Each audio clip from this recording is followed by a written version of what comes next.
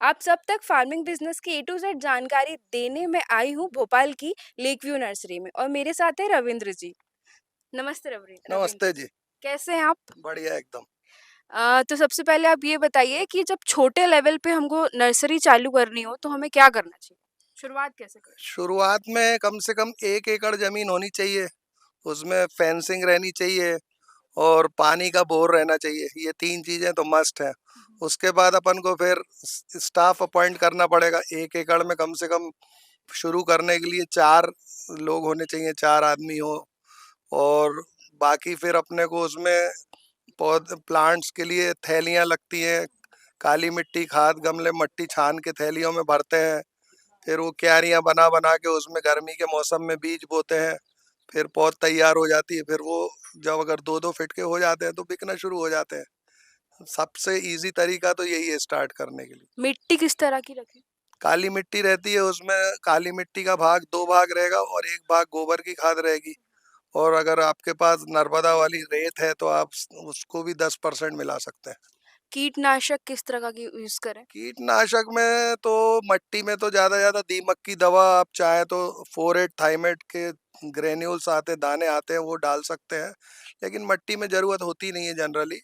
अगर बाद में कोई समस्या होती है तो उसके हिसाब से, जैसी समस्या है उस हिसाब से दवाई डाली जाती है। किसान भाई अगर कुछ मतलब इसी तरह से नर्सरी छोटे लेवल पे चालू करे तो कैसे करें? छोटे लेवल पे चालू करने के लिए अपनी जमीन तो चाहिए। हाँ। गांव में तो जमीन रहती है लोगों के पास। पानी का इंतजाम होना चाहिए, उसमें बोरिंग हो या कुआं हो। उसके अलावा फेंसिंग होनी चाहिए कि जानवर नहीं घुसे, आप जो लगा रहे हैं उसको ना खाएं। फिर पैसे की भी जरूरत पड़ती है। कम से कम शुरू में 2 लाख रुपए तो होना चाहिए स्टार्ट करने के लिए।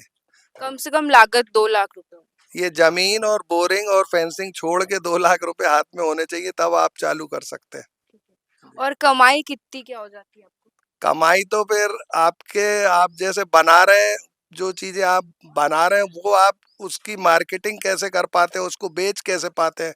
अगर अच्छे से कमाई करेंगे तो आराम से 1 एकड़ में भी, मतलब साल भर में आप 6 लाख रुपए यानी 50,000 रुपए महीना कमा सकते हैं। कितने क्या पौधे होंगे इस नर्सरी में? मेरी नर्सरी में तो अभी कम से कम 50,000 से 1 लाख के बीच में पौधे होंगे। कुछ पौधों के नाम, कोई अलग पौधा? अलग पौधा क्या, जैसे कुछ आजकल नए प्लांट फलों के पौधे में ले तो एवोकाडो है, या कुछ चेरी के पौधे लोग उगाना चाह रहे हैं, या कुछ ऐसे रेयर प्लांट लोग लगाना चाहते हैं। हमारे यहाँ तो सभी तरह के पौधे हैं, छायादार वृक्ष भी हैं, फलों के पौधे भी हैं, और जो बगीचे में सजाने के लिए ऑर्नामेंटल प्लांट कहते हैं, शो वाले पौधे, वो भी हैं, और फिर छाया में रखने वाले इंडोर प्लांट्स भी हैं। सभी कुछ है हमारे यहाँ।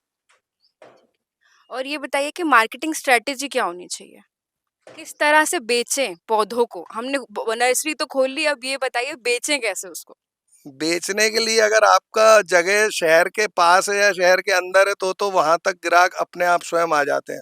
और अगर शहर से दूर है 10-20 किलोमीटर, तो फिर आपको, अगर आपका खेत मेन रोड से दूर है तो मेन रोड पे आपको ला के बेचना पड़ेगा, या वहाँ कोई बोर्ड लगा दें जिससे कि जो लोग वहां से हाँ, हम निकल रहे रास्ते हैं। में आ रहे थे, मैंने देखे आपके बोर्ड्स जी लगे जी। थे। तो बोर्ड देख के ग्राहक आ जाते हैं। नया जो करेंगे उनको भी यही करना पड़ेगा कि ग्राहक को लाने के लिए अपने बोर्ड लगाएं, या कुछ पौधे हाईवे के पास थोड़े से बिक्री के लिए रख दें कि उसको देख के जो आएंगे तो उनको अपन नर्सरी तक भेज सके कि आप यहाँ से ज्यादा पौधे ले सकते हैं नर्सरी में आके। और अगर आपके पास किसान आते हैं? किसान आते हैं, बिल्कुल आते हैं। वो ज्यादातर फलों के पौधे लेने आते हैं या सब्जी के पौधे लेने आते हैं। बातचीत के लिए बहुत शुक्रिया रवीन जी। धन्यवाद। धन्यवाद। फार्मिंग बिजनेस से रिलेटेड ये जानकारी आपको कैसी लगी मुझे कमेंट सेक्शन में ज़रूर बताइएगा और ऐसी ही अलग-अलग जानकारी के लिए किसानी वाली को फॉलो, लाइक, शेयर, सब्सक्राइब करना बिल्कुल ना भूलें। धन्यवाद।